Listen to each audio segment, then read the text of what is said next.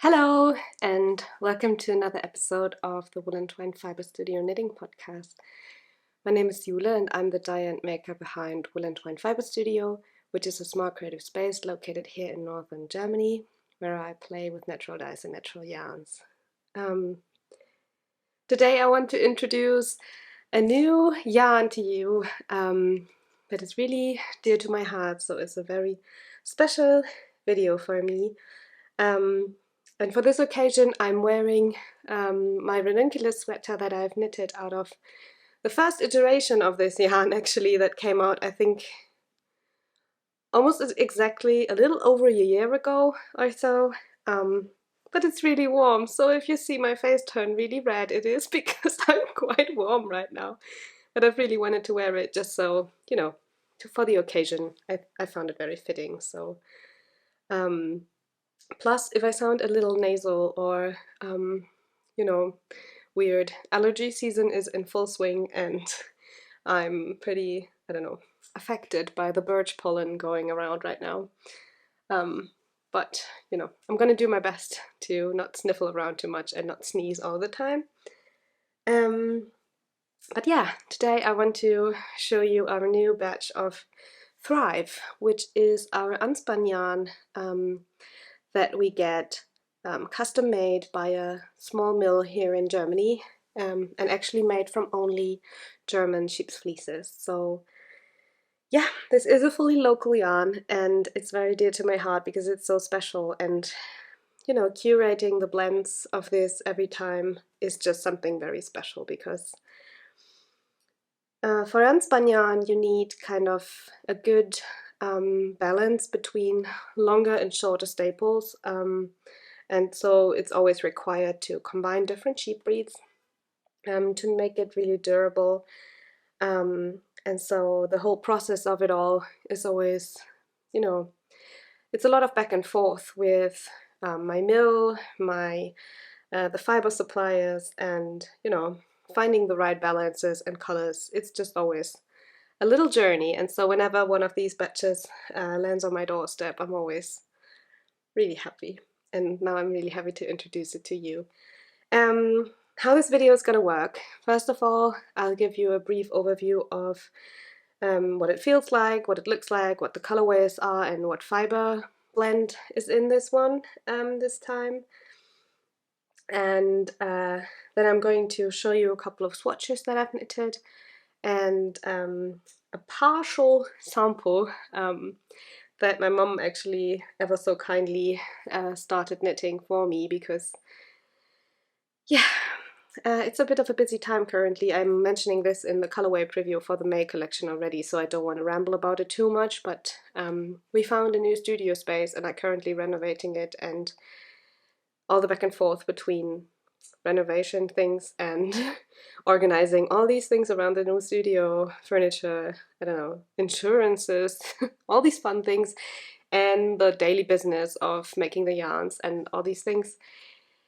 It's a bit busy, so there is no real time for knitting at the moment. And so, yeah, my mom ever so kindly helped me because I really wanted to showcase this in a certain way, because, yeah, it's a very special blend this time. And without further ado, I should maybe mention, I will also add a little, sorry, I was kind of sidetracking there. At the end of the video I will also have a little list of pattern suggestions that would work with this yarn, categorized in different, you know, garment or accessory types, how the yarn is used, like held double, held single, and all these things. so that in case you need a little inspiration on what to do with the yarn, you can have a little list at the end of the video, which I will also link down below at the end. If you're new to Unspun yarn, I will also give you a little intro now on what Unspun yarn actually is, but I'm going to keep that pretty short because I have actually, I think I recorded it last year, I have a full-on video on what Unspun yarn actually is and how you can use it, and like special techniques, tips and tricks on how to work with this yarn. I'm going to link that as well here in the little eye and down below, because I feel, especially if you're a beginner, it can be a little daunting to work with this, because it's technically an unspun, or a pre-yarn, how it's also sometimes called, is the stage in the spinning process where the carded or combed fiber, mostly carded, has been stretched into little, like not like a big roving, but into really small roving parts, and just before it's spun up. And so this yarn is not spun at all. It is kind of fragile because there has not been any twist applied, and therefore it breaks easily. And so for those of you who are new to unspun yarn, it might seem a little bit weird to work with something so fragile, and especially whenever knitting like intricate lace patterns or something. But it just requires a little bit of practice, and then you can get beautiful results from it, because the fact that it's not spun means that it has so much more air trapped between the fibers that any kind of garment that you might knit out of it is really lightweight and really, you know, airy and still warm. So it's a very beautiful thing. Plus, you need only very little yardage. Like, not yardage, but you need a smaller amount, because in 100 grams, it's usually quite a bit of yarn that you get in a 100-gram plate. And for example, for my sweaters, I usually use between 300 and 400 grams, depending on if I hold a double, for example, depending on how long I make it, and if there is like a pattern like with this one, or cables or so. But you know, I'm wearing a size 4, sometimes 5, depending on how oversized I want something to look. And yeah, it just, you know, you need a lot less yarn than you would need of spun yarn. So yeah, before I jump into describing the blend of this new batch of Thrive, I want to mention, because we just talked about yardage, and first of all, every color is a different blend, and every color varies slightly in thickness, just because you have to tweak with the fiber content, you have to sometimes tweak the thickness of the pencil roving a little bit and all these things. So first of all, it varies from color to color, and it varies from blend to blend.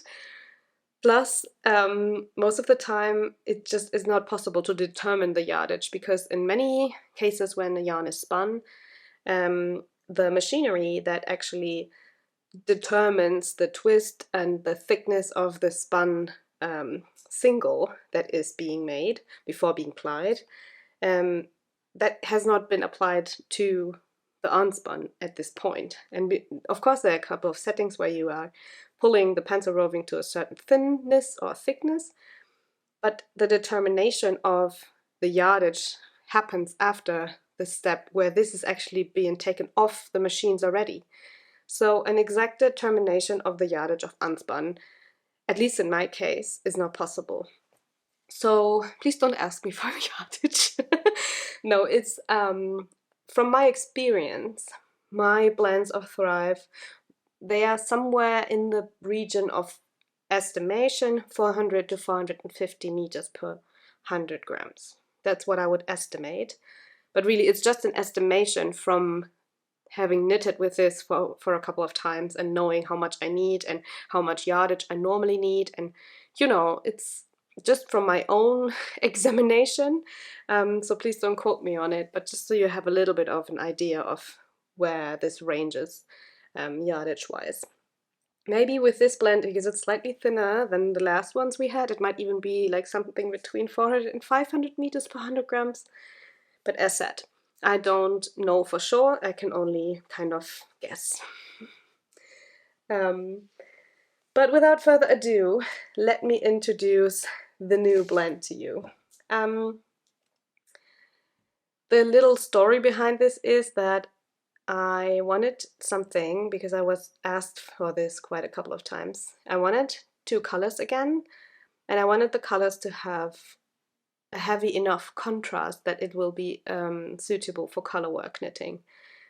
And so, without further ado, let me show them to you. We went for these 2 colors, and they are blended from only local sheep breeds again. So it's mainly German Bergschaf, which is like a mountain sheep, Merino Landschaf, which is like a crossbreed with a merino part in it that is able to live here. And then we also have a little bit of Coburger Fuchsschaf, which is actually close to extinction. So it's nice to add value to the wool of these sheep again. We've had this in our previous blend as well, and I kind of wanted to keep it because, you know, if I can contribute to making the wool of these sheep valuable again in this country, which is actually a little bit of an issue, wool and values and all that, but let's not jump right into that. But you know, I wanted to add it again because I was just really happy to have it. And yeah, these are the 2 new colors. I don't know if you can see them well, but this one is called Mold. And this one is called Barley. And the reason why I call them Mold and Barley is actually because I don't know, maybe if you follow me on Instagram you might know, but I'm very passionate about sourdough baking. And I kind of got a vibe of, you know, I kind of felt like it has to be something with grains. And then, because I tried to keep it quite traditional with my baking, I sometimes use malt, because it used to be the only sugar that was available back in the days, before like really commercial sugar was popular. So I kind of try to sometimes bake recipes where I use a lot of malt, because we have a tradition of eating quite dark breads here in the north of Germany. And so, yeah, I like to add a little bit of malt to my breads every now and then. And then it was just, you know, because malt used to be, at least in Germany, used to be derived from barley most of the times, I kind of felt it's a sweet thing to call them malt and barley. But that's what they are. So malt is a really dark chocolatey brown. I hope it's visible in the camera because the light is a bit strange again today. It's very overcast, even though we have the middle of May, but you know, that's how it is. So we have malt, dark, kind of warmish, but not too warm shade of brown. And then barley, which is like a neutral beige. I absolutely love this colorway as well. So these are the 2 colorways, and let me speak to you about the blends a little bit, because I know it's always something you're really interested in, like does it break easily and all that, all these things. Is it soft? I talk about this so often, and I'm sorry if I sound like a broken record, but I'm not going to answer this question for sure, because softness is a highly individual thing, and how you experience softness is something that really depends on your own, you know, sensory system and all that. So I'm not going to answer this question. I cannot for you, because I cannot really feel how you are experiencing the yarn. For me it is very soft, but what I can do is put it in relation to other widely known unspun yarns, and from that I would say it's tremendously softer, more soft than Plötulopi by Eastex, for example, which is, I think, one of the most widely known unspun yarns out there. Let me see if I can turn up the light a little bit. Oh yeah, that's better.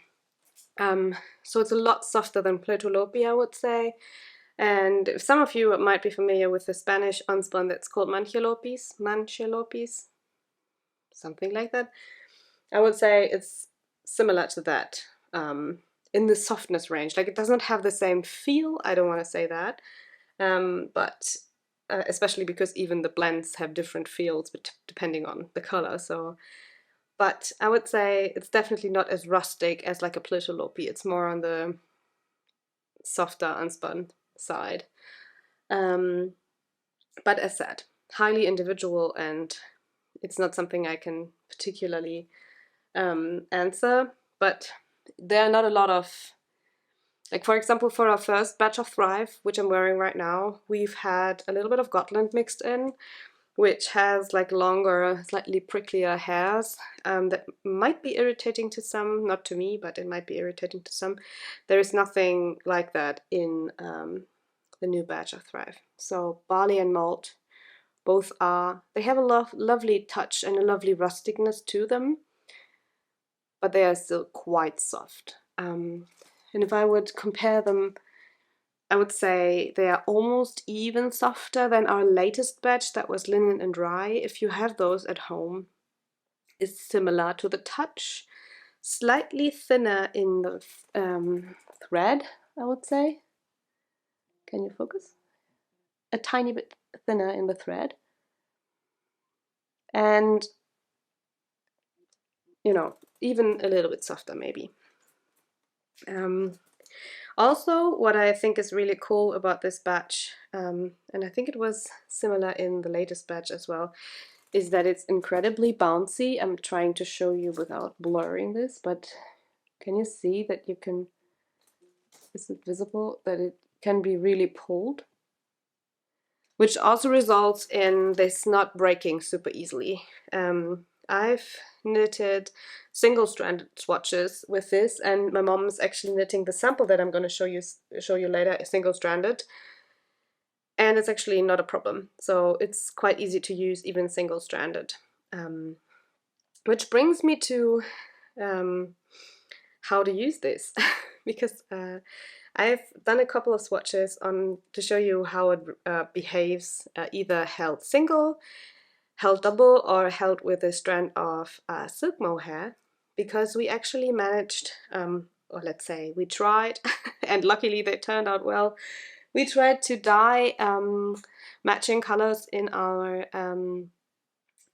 cloud silk mohair, which is a cruelty-free and sustainably sourced silk mohair. And in case you want to use the new batch of Thrive with some mohair, you can do that. Because we have a couple of skeins. I mean, we don't have enough, certainly not enough for the whole batch of Thrive, of course, but we dyed quite a few, so you can, in case you want to use it with a strand of silk mohair, you can do that. So yeah, what else is there to say about the blend? I would say barley is a little more matte even, while malt has a bit more, like, not a sheen, but it has a few, yeah, more like sheeny fibers, it feels. A barley is quite matte, as you can see. And yeah, both are kind of the same thickness. If you look at the single strand, I think it's quite the same. And yeah, all local fibers made locally here in Germany. I'm actually pretty proud to be able to offer this. But yeah, these will be available with the May collection, 12th of May at 8 p.m. CET, and we are not only going to have these 100-gram plates, but we'll also have some mill end packs, which I think if you've been around for a while, you might know them still. Because at the end of the spinning process, sometimes there is some fiber left on the machines, but those would not result in full 100-gram plates. And so I get them from the mill, and they are all like between 60 grams, 70 grams, 50 grams, like irregular sized. little mill ends, and there are way too many for me to use up. I mean, we do use them in samples and such, but you know, there are a little too many of those, and so we pre-pack them into these little brown paper bags, and these contain 500 grams of the mill ends, packed in these little boxes. And oh, it's not, sorry, I know this is really noisy, but they will be available at a slightly discounted price as well, like if you would compare it to getting 500 grams of just the normal plates of thread. So we have a few of those, although it's not a lot. So we have like maybe 10 of each color. So if you're looking for these, definitely be in time for the update of the May collection. But first, let me now show you some samples of the new yarn, just because I think that's the best way to see how it behaves. So I decided to make swatches of both colorways in single-stranded, double-stranded, and I also made one with some silk mohair, so you get an idea of it. So without further ado, this is malt single-stranded. And I think I worked this on a 3.5 millimeter needle, so it's a bit see-through, it's a bit, but it won't be if there is something behind it. It's just because there's a white wall behind it, but you can see the stitches here. It was quite easy to work.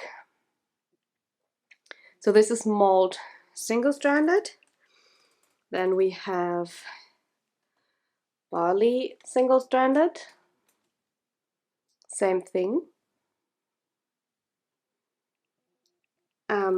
Both on 3.5 millimeter needles, if I'm not mistaken.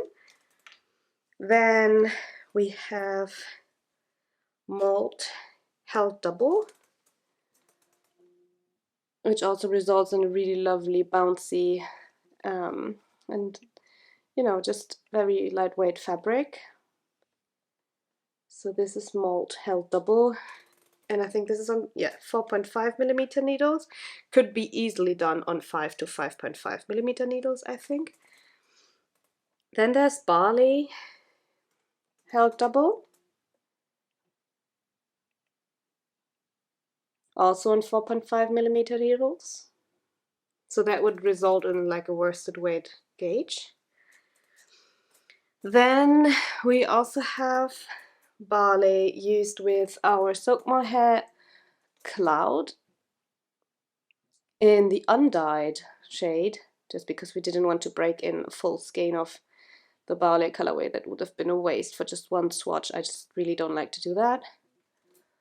But it looks beautiful with the undyed cloud silk mohair as well. It really blends in, actually. You really can't see the silk thread really much, even though it's a white undyed silk.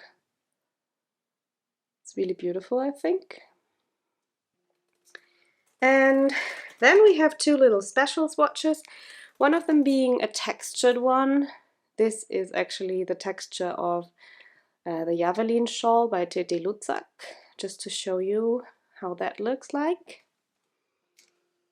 And last but not least, the one I love the most, because I think it's so nice that you can use them together in this way, a colorwork swatch. And there you can see that it absolutely has enough contrast to use for colorwork knitting.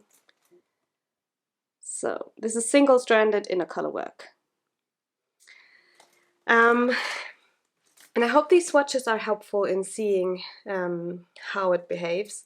It's just, you know, it's very versatile to work with unspun yarn, so whether you like to use it single-stranded, double, or with a mohair.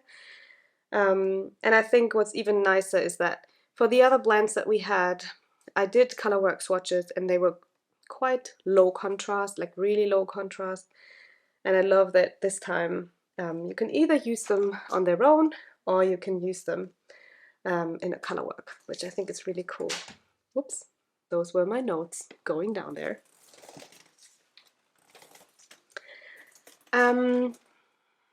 Next up, let me show you a little sample of how it knits up, just so you have a bit more of an idea. And it's so funny because I think this pattern has been on my list for like forever, and I've always, ever since it came out, I thought I'd need one of these sweaters, and I think it's so beautiful in the new batch of Thrive. Let me just flatten it a little bit so you can see, because it's not finished yet, but you can see the yoke. And this is the Tuku sweater by Weichin of the Petite Knitter, and I think also these colors are so the Petite Knitter colors. But yeah, this is the Tuku pattern. I'm also going to link that down below, with malt as the main color and barley as the contrast. And I think it's insanely beautiful how they play together, because you know, they are kind of the same fiber blend, but at different ratios of the colored fleeces in there. So even though they are very contrasty, the undertone is the same, kind of, which makes them really go together so well. So yeah, what a beautiful yoke. Can't wait to wear this one. So yeah, this is worked on a 3.5mm needle, single-stranded, and even though my mom is an amazing knitter, she's not necessarily an unspun expert, so she has knitted with unspun before, but I don't know if she actually worked a full sweater in it yet. So the fact that she had no issues working it single-stranded, I think really shows that the blend is quite sturdy, even if you use it just in one single strand. What we decided on though, because that is something that can be a bit tricky, is casting on with a single strand of unspun for a lot of stitches. So what we did was a crochet provisional cast on for the neckline, where you just use a crochet chain, so, like you would do for a provisional cast on if you want to have the live stitches after it. But you can also do it in a way where you then start doing the, how do you say, tubular cast on technique. You know, it's a bit of a special technique, but I'll make sure to link a tutorial to this below, because that really made the cast on with a single strand a lot easier. So that's how it went, and it's just, I just absolutely love how this looks. So yeah, that is the Tuku, and I think the colors just go so well together. I can't wait to wear this. But speaking of color, I know some of you were curious, because some of you do own the older batches of Thrive, and you were curious about how the colors differ.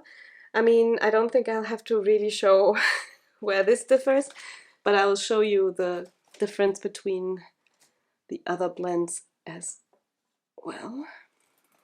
Let me... Okay, I'll go in a chronological order, I guess. So this one was the first blend that we ever had, and this one was Storm Cloud, like a medium gray. This one was the second batch that we had, and it's Rye, which is like a medium coolish neutral brown. And then Malt is just a dark brown. It's really funny because with the dark yarn you can really see the vegetable matter that's still in this yarn, and that's actually something I'm really happy about, because I know it shows how minimally processed this yarn is.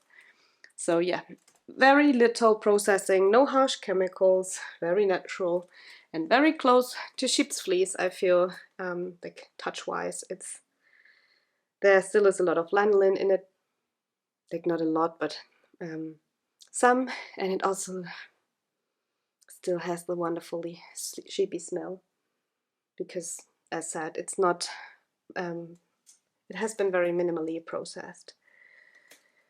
With the next color comparison, sorry, I have to put this away. This is still the mill and pack, and it's annoying me because it's in the way.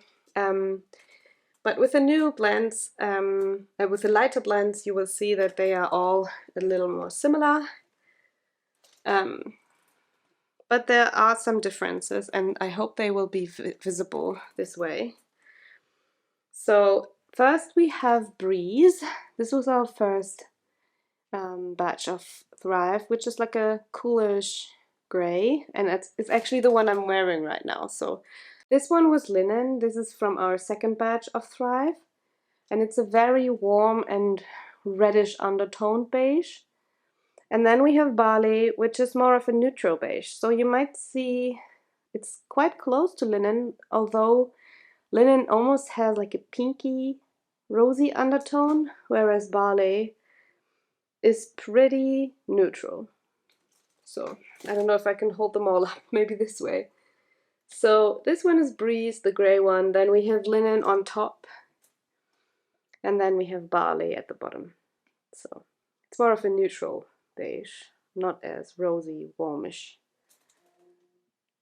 as linen was. But if you're into these kind of beigey tones, I think Barley will be right up your alley as well. So I guess this was the little color comparison for those of you who are maybe already having a couple of plates of Thrive. And I guess to not ramble around for too long, I'm now going to tell you a little bit of my pattern suggestions that I have curated for you. One thing I sometimes get asked as well is required amounts, and I do cover that in my how to knit with unspun yarn video as well. Did I even mention it yet? I'm not sure, but I have a video all on unspun yarn. I think I mentioned it in the beginning, and that's also a topic that I cover in that one, so it's gonna be linked below, here, wherever. But yeah, I cover a lot of topics on how to determine how much you might need roughly in that video. And the rule of thumb always is to get one more plate than you think you might need, because these batches are always spun just one time. I cannot really recreate them, mostly also because the fiber supply is not always the same, and I have to work with what fleeces are available at the time that I'm making one of the batches. So I might not get anything like, for example, Breeze or Storm Cloud again. So if you're unsure, get an extra plate, and you can always use that one for mittens or for a hat or so.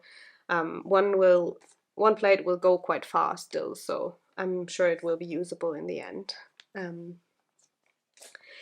But yeah, about pattern suggestions, I grouped these in like categories of how to use them, either with the yarn on its own, in a colorwork pattern, or with a strand of mohair. So let me start with the category of on its own. And these patterns are mixed between being single-stranded and double-stranded. The first one being the Batula sweater by my dear friend Sumin An, and she designed this pattern in the latest batch of Thrive, actually. The original colorway was Rye that she used for the design, and it's an absolutely glorious sweater. And this one is actually releasing with the new batch of Thrive. So with the update next week, you can get the pattern as well. And she's also an overall super sweet person, and I really love how she designed like the whole process. Supporting her design with the yarn on my side was also super enjoyable. So that was something very lovely, and I really recommend her work. The next one I want to mention is the Moorland cardigan by Tanya Barley. That one is, I think, can be worked with the yarn either, yeah, it should be held double, I guess. And that one is like a classic cardigan with a very intricate pattern on the sleeves. And I think there's even a corresponding mitten pattern to it, so I'll definitely recommend checking that out. Next up is a release from last year in the fall, I think, and that one is the Gentle Lopi tunic by Melody Hoffman, and it's just a cozy, oversized hug of a sweater that's extremely enjoyable to knit. I have to admit, mine is somehow hibernating just because when I was still working on it, I started the whole process of looking for a new studio space, and I kind of neglected any kind of free time activity. Wow, that sounds really pathetic, but it's not that bad. But you know, I kind of lost the whole, you know, regularity of knitting every evening. So I don't know. It's still waiting for I think it's just waiting for like a 10 centimeters, and then it's just the bottom ribbing to be done, and then I should be done, but I don't know. I'm just not managing to finish this. But it's a beautiful pattern, and I can really recommend it. It's also just wonderful in Unspun because it's quite voluminous, and the Unspun will not weigh it down too much. So that's actually one nice thing about Unspun yarn, because it's so lightweight. The next pattern I want to recommend is the Ranunculus by Midori Hirose, and that is actually the one I'm wearing right now. It's a very simple design with lots of elements that you can individualize if you want, but it has this beautiful textured yoke. I don't know if you can see, I'm just too short for this camera position. But it has this very simple textured yoke and these beautiful I-cord bind-off sleeves that are quite balloony. And I made a very cropped version of it, and it's just absolutely lovely. I made this one in Breeze, so this is actually Thrive in the first blend that we had. But I think it would also look beautiful in barley. Don't know if I would recommend trying to do it in mold, because the textural elements might be a bit blurry, but I can totally imagine doing this one in barley. So yeah, so that's the Ranunculus.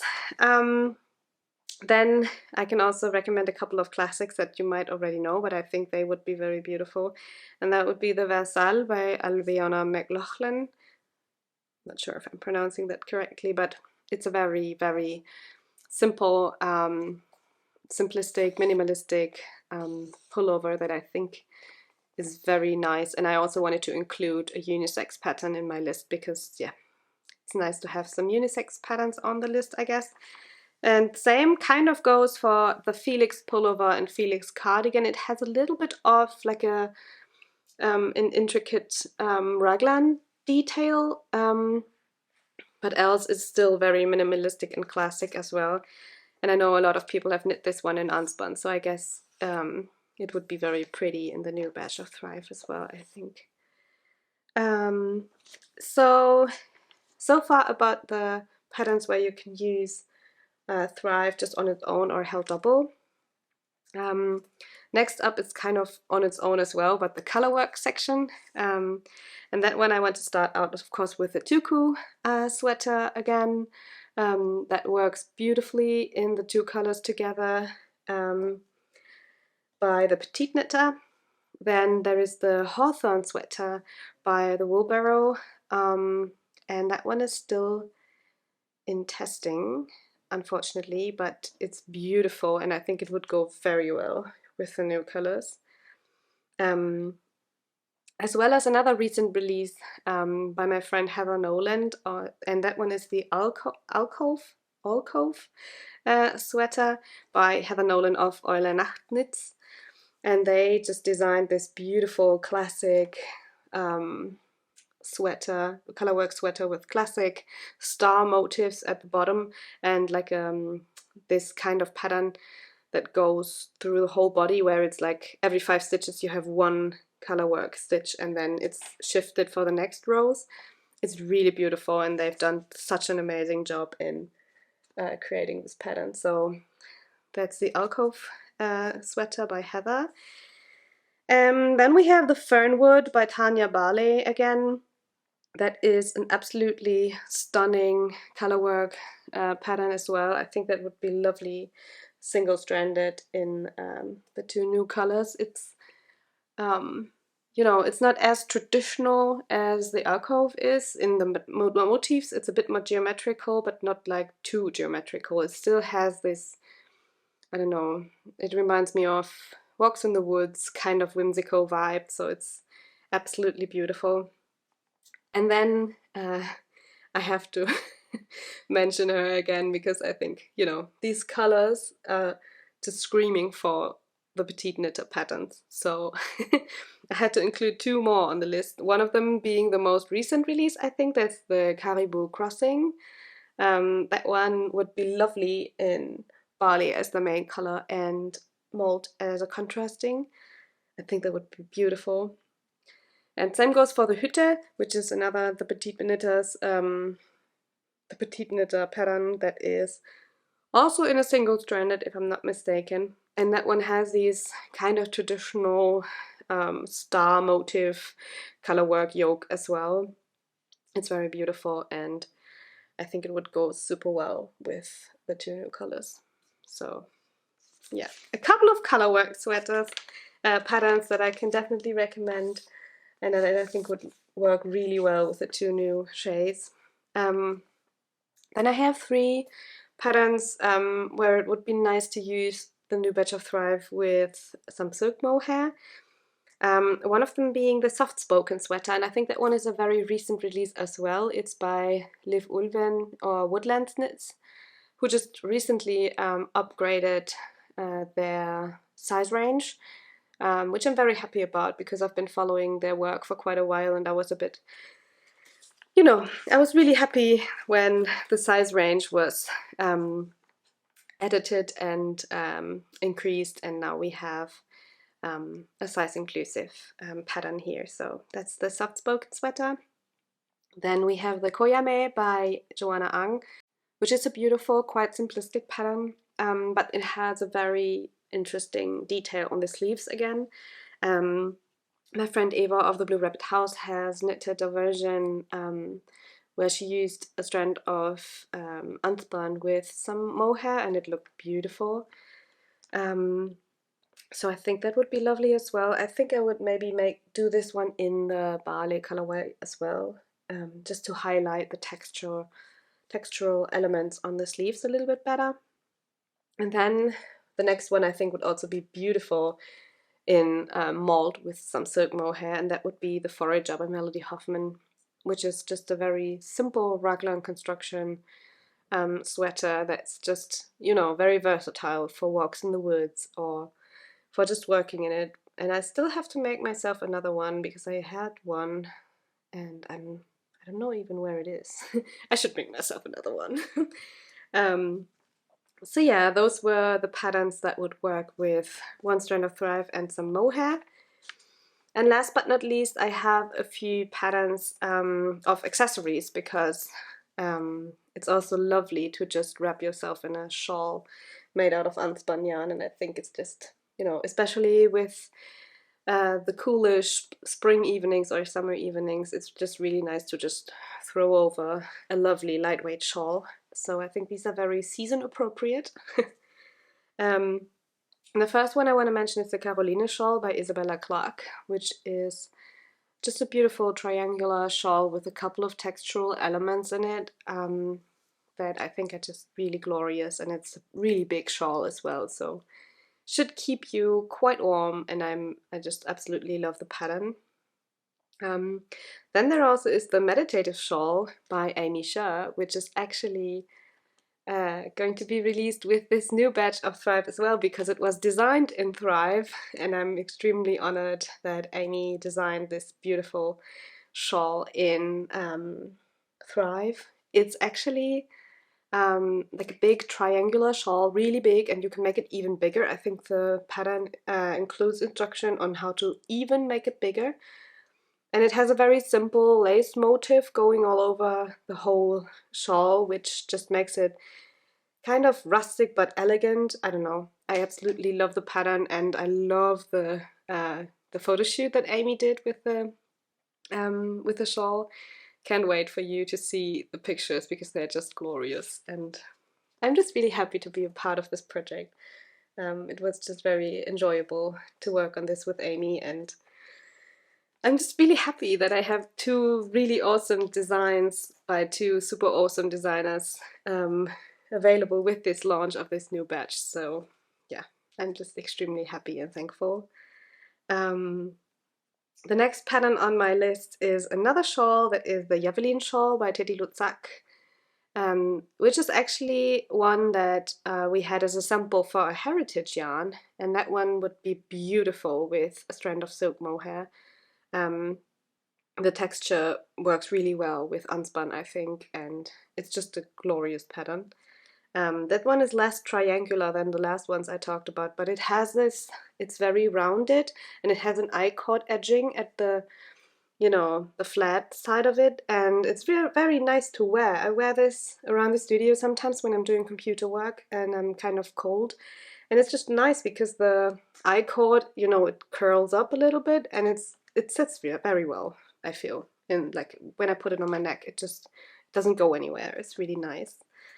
And speaking of Teti's patterns, there is also a new one. I think that one is still in testing, but I had to include it on the list because it would be perfect. It features two colors and some, you know, color work motifs, and it's the Lanius shawl. And you just have to look it up and check her Instagram profile or so, because it's just a glorious pattern, and I think it would be so beautiful with the two new colors. Like using barley and then doing the accents in mold, I think would be so pretty. So yeah, that's the Lanius shawl. And the last one I have on my list is the Wild Posy Hat by Melody Hoffman, which is the perfect pattern for the leftover plate that I was just talking about. So if you're purchasing an extra plate, to be sure to have enough, and then you're left with it, you could totally make this hat out of it, and it's just a sweet small hat with some textural elements around, and I think it would be very lovely in either of the two colors. So you could just totally have that in mind in case you're left with a plate or so at the end of another project. So just wanted to include that on the list. And I think, if I'm not mistaken, looking at my notes, but I should have mentioned all the patterns. I also wanted to say another big thank you to Sumin and Amy for designing in Thrive. This yarn is just something very special to me because the whole process, I'm so involved in everything, and I've learned so much on the way of making these batches, and you know, having someone turn it into a pattern and knowing that this yarn sparked inspiration in someone is just something very special, and I'm incredibly thankful that I was able to participate in the making of these two lovely patterns. So yeah, please make sure to check out both Amy and Sumin. I'm also going to link their info down below, just so you can find them. And yeah, I guess we're at the end of this video. A couple of admin things. These new batch of Thrive will be available with the May collection next Friday, May 12th at 8 p.m. CET. I guess that's everything I have to say about this new yarn.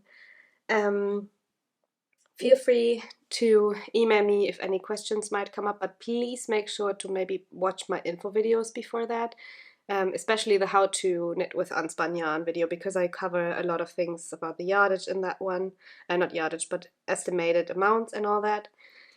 Quick reminder that I have no exact yardage for Thrive, as I mentioned earlier in this video. And about the mill end packs, if you want to purchase one of those, I would recommend being on time because we only have very little. Generally speaking, we don't have unlimited stock of this. We do have a big amount of this yarn, but still, yeah, once it's gone, it's gone. It's not gonna, I'm not expecting it to sell out in like one update, but I just wanted to mention it that we are not able to get it back again. So if you're looking for it, then it might be a good idea to, yeah, consider purchasing rather soon.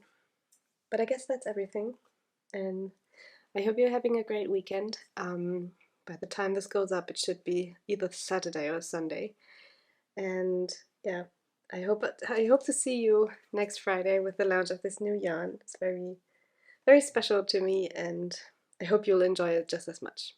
Thank you so much for watching, and have a great day. Bye!